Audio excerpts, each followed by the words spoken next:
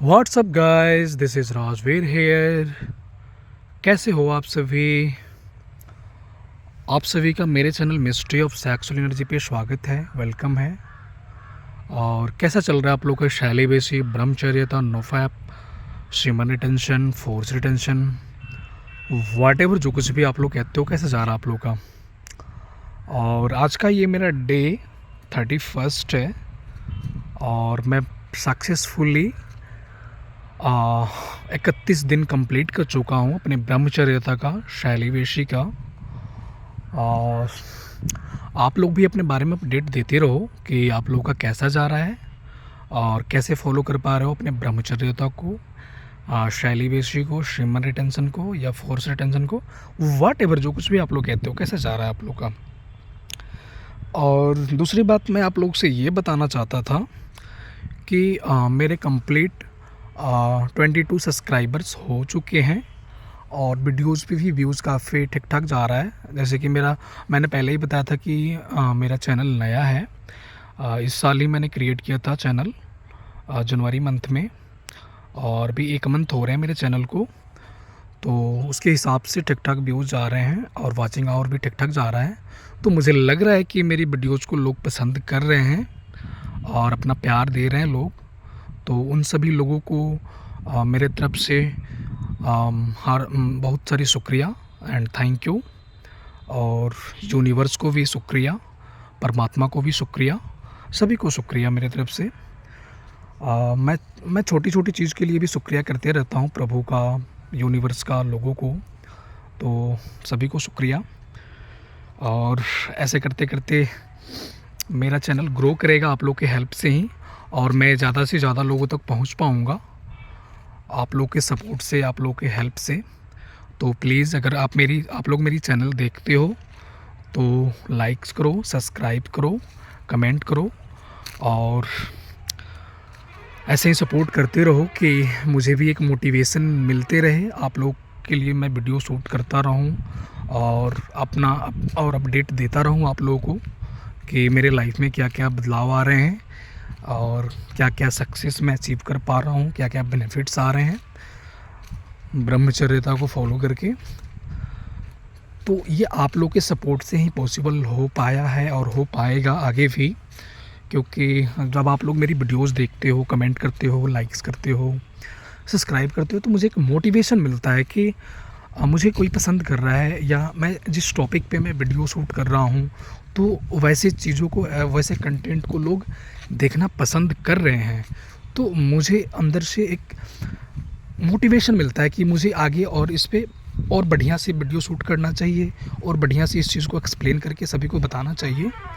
तो ये सब मुझे भी मिलता है मोटिवेशन। तो ऐसे ही आप लोग सपोर्ट करते रहो। और आज मैं बात करने वाला हूँ परमात्मा पे, कि आप लोग परमात्मा को किस तरह देखते हो। परमात्मा मतलब सिर्फ मूर्तियों में देखते हो या कहीं और आपको केवल तीर्थ स्थल पे ही परमात्मा समझ में आते हैं कि कहीं तीर्थ स्थल पे जाएंगे तभी परमात्मा का दर्शन हो पाएगा, या मूर्ति की पूजा करेंगे तभी परमात्मा की पूजा हो पाएगी, अदरवाइज़ पॉसिबल नहीं है। आप लोग कैसे देखते हो, कैसे मानते हो परमात्मा को, और कितना समझते हो परमात्मा को। आप लोग भी अपनी राय देना कि परमात्मा को आप लोग कैसे, मतलब कितना तक, किस तरह से देखते हो, कैसे जानते हो, कैसे फील किया। और जो मैंने फील किया है परमात्मा को लेकर, मैं वो आप लोगों से बात करूँगा। आप लोग कभी ये नोटिस किया है कि ये प्रकृति ही परमात्मा है, प्रकृति ही परमात्मा है। ये पेड़ पौधे, धरती, सूर्य, जल, हवा, यही परमात्मा का दृश्यमान रूप है। जहाँ तक मैंने अनुभव किया है, जहाँ तक मुझे एहसास है, और जहाँ तक परमात्मा को मैं जानता हूँ, कि परमात्मा का जो दृश्यमान रूप है ना, जिसको हम देख सकते हैं, वो ये प्रकृति है। प्रकृति ही है परमात्मा। और परमात्मा हमसे कभी अलग है ही नहीं, कभी नहीं अलग है, ना कभी था, ना कभी होगा, ना कभी है। परमात्मा ही यहाँ सब कुछ है।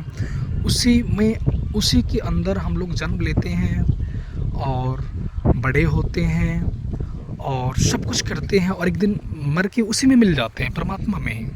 तो मैंने जहाँ तक नोटिस किया, ये परमात्मा का जो दृश्यमान रूप है, ये प्रकृति है, ये पेड़ पौधे, ये धरती, ये सूर्य, हवा, पानी, यही परमात्मा है। ये धरती हमारे लिए कितना कुछ नहीं करती है। इतने सारे अन्न को, ग्रेन को उपजाती है, जिसे हम लोग खाते हैं। हवा के थ्रू हम सांस लेते हैं, पानी पीते हैं। और ये जो सनलाइट है, इसके मतलब उपस्थिति में जो जितने भी पेड़ पौधे हैं, ये अपना भोजन बनाते हैं और हम इनसे भोजन लेके ग्रहण करते हैं। तो परमात्मा तो ऑलरेडी हमारे सामने ही है और हमेशा से हमारे सामने ही है, और परमात्मा ही हमें पाल पोस रहा है। और हम परमात्मा को कहीं और ढूंढते रहते हैं, मूर्तियों में, मंदिरों में, मस्जिदों में, गिरजाघरों में, या बहुत सारे तीर्थ स्थलों, बहुत कहाँ लोग भटकते रहते हैं। अभी देखो, अभी ये मेला लगा है, कुंभ का मेला, वहाँ पे मतलब 10 करोड़ से भी ज़्यादा पॉपुलेशन पहुँची है, और एकदम से वहाँ पे भगदड़ मच गया 1-2 रोज़ पहले, और वहाँ पे कितने लोग मर गए, कितने लोग घायल हो गए। तो मुझे लगता है कि ये बेवकूफ़ी है कि किसी तीर्थ स्थल पे जाना और वहाँ पे मतलब ये विचारधारा लेके कि हमने जो भी उल्टे सीधे कर्म किए हैं या पाप वगैरह जो भी मानते हैं लोग, कि वहाँ पे जाएंगे और वहाँ पे स्नान करेंगे तो ये धुल जाएगा और ये ख़त्म हो जाएगा और फिर हमें स्वर्ग की प्राप्ति होगी। ऐसा कुछ नहीं होता है, ये बस आपके मन का एक साइकोलॉजिकल थॉट है और साइकोलॉजिकल प्रॉब्लम है, और कुछ नहीं है। जो भी स्वर्ग और नर्क, जो भी आप लोग मतलब चाहते हो या जानते हो ना, स्वर्ग और नर्क दोनों यहीं पे है, और वो आप फील कर सकते हो। आपके अंदर ही दोनों स्वर्ग और नर्क है, और वो विचारों के माध्यम से फील किया जाता है स्वर्ग और नर्क। आपके विचार जितने शुद्ध और पवित्र होते जाएंगे ना, तो ये आपकी जो सेक्सुअल ऊर्जा है, इसका ट्रांसम्यूटेशन होने लगेगा। ये सिर्फ वासना के रूप में बाहर नहीं निकलेगी, इसका ट्रांसम्यूटेशन होने लगेगा, चैनलाइजेशन होने लगेगा, और इस ऊर्जा के माध्यम से अभी आपका जो नज़रिया है ना किसी भी चीज़ को देखने का, और उसको लेकर खुशी और जो दुख होता है ना, ये सब कुछ बदल जाएगा। बट उस लेवल तक पहुंचने के लिए आपको बहुत ही मतलब अंदर से बहुत ही पवित्र होना पड़ेगा, शुद्ध होना पड़ेगा, तो वो उस स्तर तक हमारी ऊर्जा पहुंच पाती है, और फिर हमें पता चलता है कि सारा स्वर्ग हमारे अंदर ही है। जो भी स्वर्ग है यहीं पे है, और जो भी नर्क है यहीं पे है, तो हमें पता चलता है। वो फिर ऐसे पता भी नहीं चल पाएगा आपको, और वो चीज़ भी इस ऊर्जा के दम पे ही पता चलेगा, जब आप अपने सेक्सुअल ऊर्जा को जब आप एक सही डायरेक्शन देना सीख जाओगे, और ये चैनलाइज होते जाएगी डे बाई डे, तो आप समझ पाओगे कि सारा स्वर्ग और नर्क यही है, सारा तीर्थ धाम, सारा ईश्वर परमात्मा सब कुछ अंदर ही है।